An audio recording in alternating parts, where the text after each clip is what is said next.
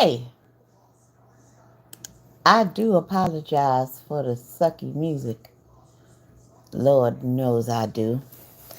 But I have used up all my time on StreamYards, and it's supposed to reset on September 24th. Isn't it September 24th? Well, it hasn't reset yet. So I have to go live from my cell phone. And I do have the chat up on my desktop that is sitting in front of me. And allow me to just say hello. There we go. Hello. All right. Here we go.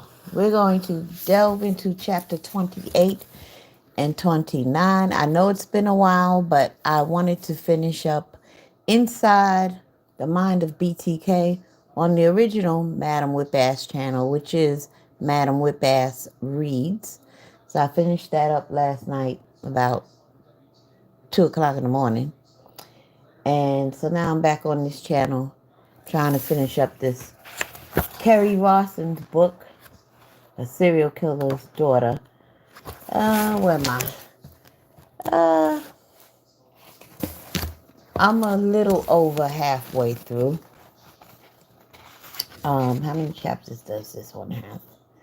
This has, ooh, there's a epilogue. So this one has 46 chapters. We're going to do chapter 28 and 29. So here we go. Chapter 28, Maybe Love is Enough, is the title. March 2005, Detroit. Pastor Mike thinks we should write your father. Try to get through to him why we think he should plead guilty. Guilty. Let the truth be the truth. A few days after I got home, I was on the phone with my mom. I wholeheartedly agreed with her. Dad should plead guilty. But I had no idea how one convinced my dad to do anything, let alone something so immense. A guilty plea would spare all of us, this family and the 7 families he's devastated. Months, if not years, of suffering through a long, drawn-out trial. We all knew what the inevitable outcome would be. Guilty. But the man I didn't know wasn't into sparing anyone anything. He was a murderer of children, women, daughters, mothers, grandmothers, a father. The man I didn't know, the narcissistic one, finally had the full spotlight on himself after 31 years. He wouldn't likely give it up for anything, not even his family. Father God, love never fails. Love. I loved the dad I knew. Maybe love would be enough. Maybe he would plead guilty for us. It was hard to think about writing to my dad. It hurt. I put it off that week. On Saturday, March 12th, I sat down to my corner computer and wrote to my father, 2 weeks after I'd fallen apart in the same chair. It was 3 days after his 60th birthday. Happy birthday, Dad. As the years have gone on, I continue to find writing him painful and continue to drag my feet, the weight of it too much. But on rare days, it is enough to know it's the right thing to do, so I sit down to write. Tears fall every time. It guts me, but I do it for his sake and mine. In the midst of Dad's arrest, arraignment, and plea, he and I wrote to each other monthly. My letters were typed with colorful clip art added to cheer him up then saved to my computer, printed, and mailed to the Sedgwick County Detention Facility in Wichita. His were handwritten and mailed in decorated envelopes to Michigan. Saturday, March 12th.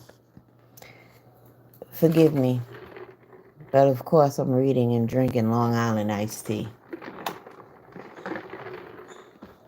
And I just got off work, so I'm really tired. Anyway, Saturday, March 12th. Dad, hello. I'm physically doing okay. I am safe and home in Michigan. I was able to fly back to Kansas and be with Mom after all this happened. Brian is doing okay. The Navy has been supportive and helpful. We're glad he's safe on base where he can't be harassed. The media was reporting I turned you in, and that's not true. I didn't know anything, like everyone else, until the FBI knocked on my door. I tried to tell them what a great man you are, what a wonderful dad you are, how they totally had screwed up and arrested the wrong guy. I tried. We all did. But they didn't listen. Pastor Mike relayed your message to Mom and me, and we passed it on to Brian. We're all so sorry you've been living with what you've been living with for so long. We still love you. We love the husband, father, and man we knew with all of our hearts. We don't know who that other man is. We understand there's something seriously and deeply wrong with that part of you. And we want you to get help if you can. We want you to be treated fairly with compassion and respect.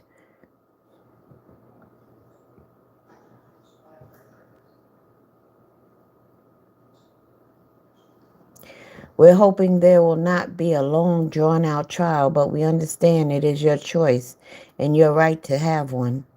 We'll stand by whatever you decide. We support you, the husband and father we know.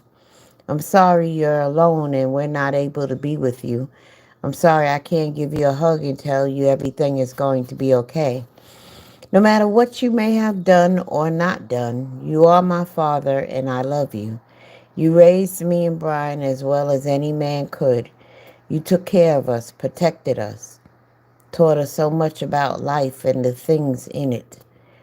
I'm sorry I cannot be there to take care of you the way you took care of me the last 26 years.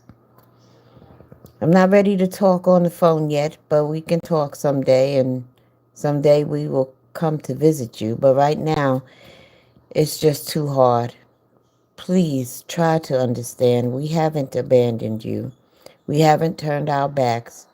We just need some more time to try to make sense of everything and get some firm ground under our feet. I love you, Kerri. Prayers and support from all over the country, especially from other churches named Christ Lutheran, poured into my mom's church for our family and the whole church community. Several women at my mom's church put together care packages for my mom, my grandmas, and me. There were individually wrapped gifts to open a few at a time. Lovely, thoughtful items to let us know we were cared for, including a hand-knitted teal blue throw. In the middle of my madness, my family had been gifted humanity that shored up our spirits, reminding us we were not alone. The light shines in the darkness, and the darkness has not overcome it. Friends and distant family my mom hadn't heard from in years called and wrote. Rita, my roommate from college, sent me a note in a brightly colored card. I hadn't spoken to her in 8 years. It meant an immense amount to me, tears of grace falling after years of separation. Two other friends of ours from college sent a gift card to pick up dinner from Boston Market. I still remember how thoughtful and astounding I found that, and I still remember eating that meal. Dad and my family continued to be an ongoing national news story, but a few trusted co-workers of Darian's were the only ones in Michigan who knew who Darian and I actually were. I was so infrequently in any school to sub that I didn't bother telling anyone who I was.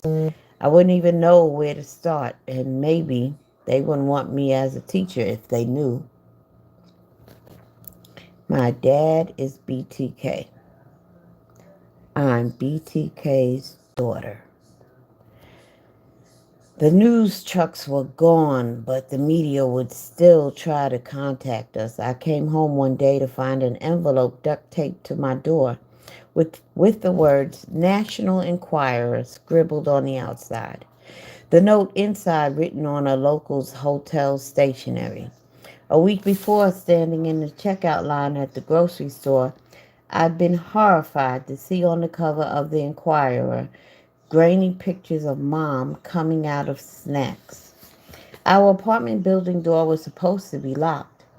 Was this reporter sending me a message that I was next to be stalked, photographed, and published? Hearing our metal door knocker would send me jumping into the air. I answered the door timidly after looking through the peephole. Our mailman sheepishly handed me certified letters I didn't want, but still I had to sign for. I received phone calls from area codes I didn't know, sometimes instantly regretting answering them instead of letting them go to voicemail. Everyone from Oprah to Larry King was asking me for an interview, and I told everyone no. So did Mom, a united front of solidarity. We will fly you to New York City. You can come sit in our hot seat. We will fly you to Chicago. You could come sit on our comfy couch. No thanks. Nothing to see here, folks. Move along. March 26th. Dear Kerri, happy belated Easter wish. Thank you so much for your letter. I was overjoyed with emotions and happiness. I was beginning to think no immediate family members was going to write to me. Your letter was very sincere, and I can tell it came from a very loving and understanding daughter. I just finished lunch and played a quick game of solitaire. Old Sol won.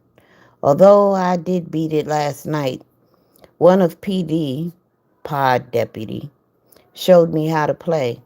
Nothing going on the weekends, and PDs and I are taking things easy. They don't have their supervisors and tend to be better at being at ease and not so hard on you. Attorney visit every day, Pastor Mike visit. Doc had to visit to work on my ingrown toenails, and I'm having a problem with a right swollen foot.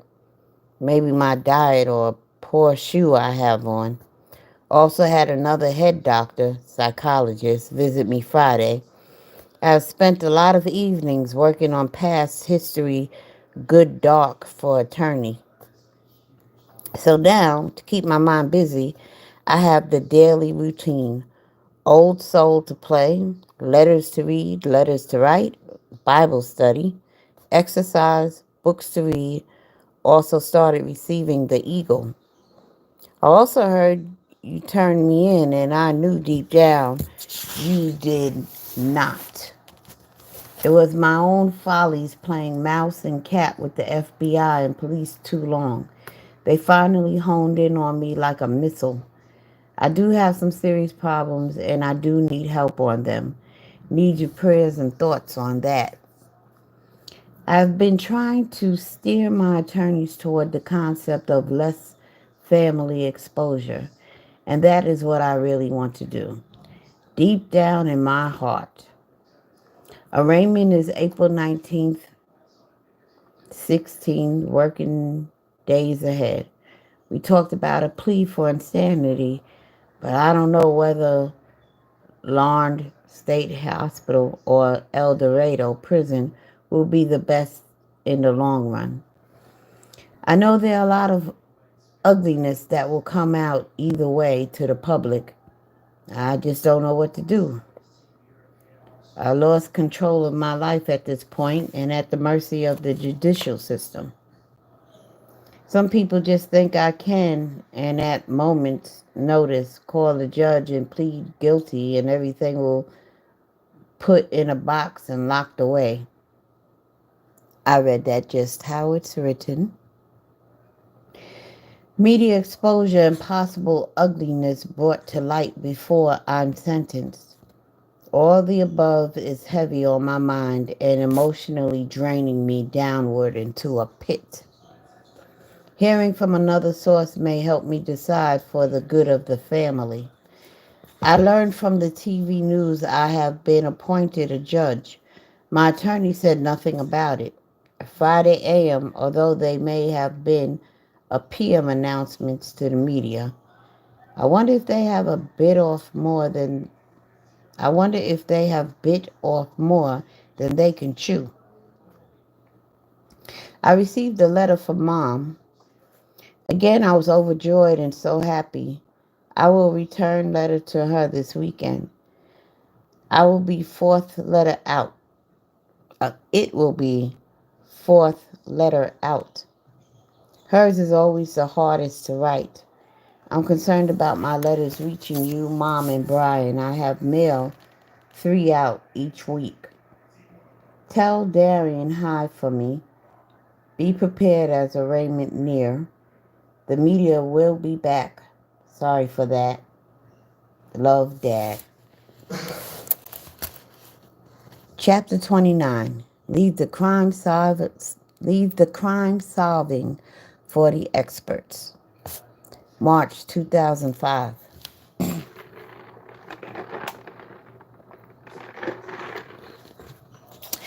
Dad's letters showed up randomly, and I learned to steady myself before opening my mailbox. I would walk slowly back to my apartment, setting them on my desk till I summoned the strength to open them. They always had a faint odor of a place I didn't know. Dank, musty, cigarette-like. When I finally steeled myself to read, I fluctuated through a royal of emotions.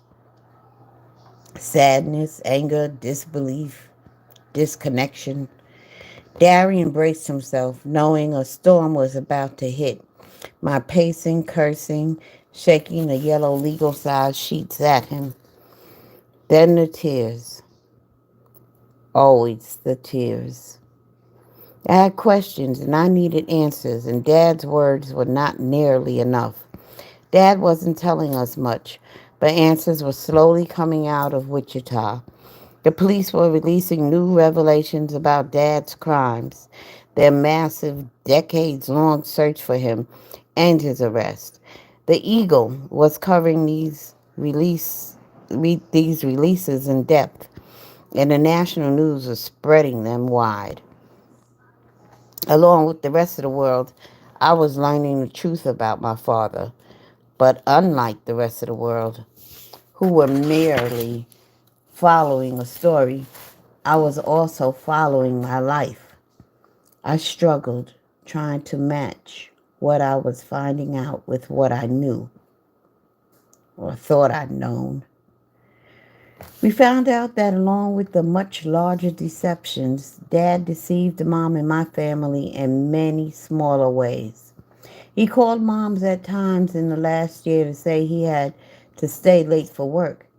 He actually was working after hours on BTK projects at his office in the city building, placing incriminating items in his locked cabinet. Dad normally left his office by 6 o'clock, and Mom almost always had supper ready by the time he was home, and after she'd worked a full day. Thinking of him calling her and lying to her, and her sitting at the table, hungry, likely with a roll of Ritz crackers to tide herself over, waiting to eat with him, royally teed me off. She'd wait in her chair, the one next to the stove, so it would be easy for her to get up and keep whatever she had fixed warm until he was home. His chair was the one in front of the dryer so he could face the kitchen door and not have his back to it.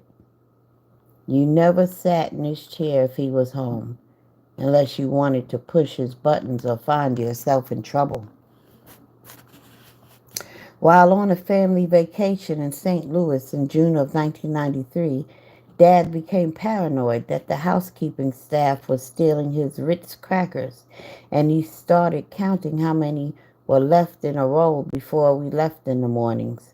And when he got ridiculous, there was nothing left for Mom and me to do but laugh and poke fun at him. On that trip, while eating at an authentic Italian place, Dad told me gangsters never like to sit with their back to the door. He was big into mobster movies, The Godfather, Goodfellas, Road to Perdition. I watched them all with him, and now he was on his own self-paved road to hell. Dad also built his BTK projects while Mom was gone to church choir, but it hadn't been unusual when I was home, back into the early 1990s, to see Dad fiddling with stamps. He often had large albums, index cards, tweezers, and rubber gloves scattered on our kitchen table. His BTK letters and envelopes would have blended right in, and he hadn't started those back up until 2004. Dad didn't just start back up as BTK in 2004 due to the 30th anniversary documentary of the Otero murders being aired on TV. He likely partly did it because his kids were now grown, out of the house, out of the state. We were safe, doing well. He had seen to raising us right. Our leaving could have led him going through a late life crisis. The kids were gone and retirement was looming. He wanted to retire as BTK too. He had more time, but more time led to boredom, which often led Dad to bad things. One of the letters my dad sent to a local Wichita TV station was mailed right before my family's trip to Michigan in May 2004. Knowing Dad, he could have casually dropped it in the mailbox in front of leakers, fueled up, and gotten ice for the cooler before heading out of town. Dad had wandered off for an hour while we were window shopping in Frankenmuth. Had he been trying to find news about BTK's latest mail drop, which had been discovered while he was conveniently on... Wait a minute. Had he been trying to find news about BTK's latest mail drop, which had been discovered while he was conveniently on vacation? He came back with wine, saying he found a shop that offered tastings. It made sense at the time, but now I questioned his absence. Dad's May 2004 communication, which contained a word search type puzzle, was released after his arrest. I recognized it as something my dad might find fun. He preferred cryptograms, substitution codes, and my favorite kind of puzzles were logic problems. I printed it off, finding several familiar words, including names of our family, creatively scattered in it, as well as our address. What had Dad intended? If that puzzle had been released to the public in the summer of 2004, would I have seen it in the news and tried to solve it? I looked up other BTK communications. I knew he still had a typewriter, which he had used to type addresses on envelopes. I even recognized the old-fashioned train stamp on one. In the fall of 2004, Dad didn't come to Brian's boot camp graduation. Was his odd, too busy to get away excuse related to something criminal he was doing? Dad wandered off at the airport the night we went to get Brian at Christmas. Why? Was he looking for a TV with news? When Darry and I were home for Christmas, Dad set up the folding table in the living room and placed a stack of eagles on it. While we all watched the movie, he methodically marked the top of each front page, tapping his house shoes as he did it. Were the marks codes for something? Code. Substitute one thing for another. Had I held the key to my dad, to who BTK was? If I had been living in Wichita in 2004, I likely would have been up to my neck in trying to solve it. I could have, my family could have, been in deep trouble if one of us had stumbled onto something of his that was BTK's. I realized why the list with the false leads that Dad had given the police had bothered me last fall. Trains, railroads. Dad was in the military in the 1960s. Did one of my great-grandpas play the fiddle? Grandpa was from Missouri and fought in World War II. Lung disease. Black lung was what coal miners died from, and there were strip pits around Columbus and Pittsburgh where Dad lived as a young boy. When I was young, we went to Dad's family reunions in Columbus and drove out to the rolling hills to visit Big Brutus, a massive orange and black electric shovel that dug coal in the 1960s and 70s. We kids posed with Dad in the shovel to have our picture taken, grins on our faces. Dad and I camped, fished, and canoed around the strip pits in the spring in 1994. My Uncle Bill joined us. There was a fire ban because it was so dry, and it was terribly cold for March. Dad told me I was too old to sleep in a tent with him, so I got stuck freezing in an old leaky tent by myself. I stewed and cursed at Dad in the night, but the next morning was thankful for his warm gear that he made me put on. His overalls, an extra coat, his gloves. I was also thankful that my dad and uncle were fine outdoor cooks, even with a limited fire. I remember being scared. I remember being scared of having to sleep by myself that trip. Even though my dad and uncle were right there and would have let no harm befall me, I also think I might have frightened myself with whatever paperbacks I'd brought along. I shared a tent with Dad the next year at the Grand Canyon, so I'm not sure why he was so opposed to it in the strip pits that spring break. Trying to put together a massive, decades-wide puzzle with gaping holes, I was discovering slivers of truth, but I was also coming up hard against myself and my memories. These new pieces of truth, cut like shards of glass, as I learned them. I'll read that again. These new pieces of truth, cut like shards of glass as I learned them, and embedded dangerously into my soul as I forgot them. Coping mechanism.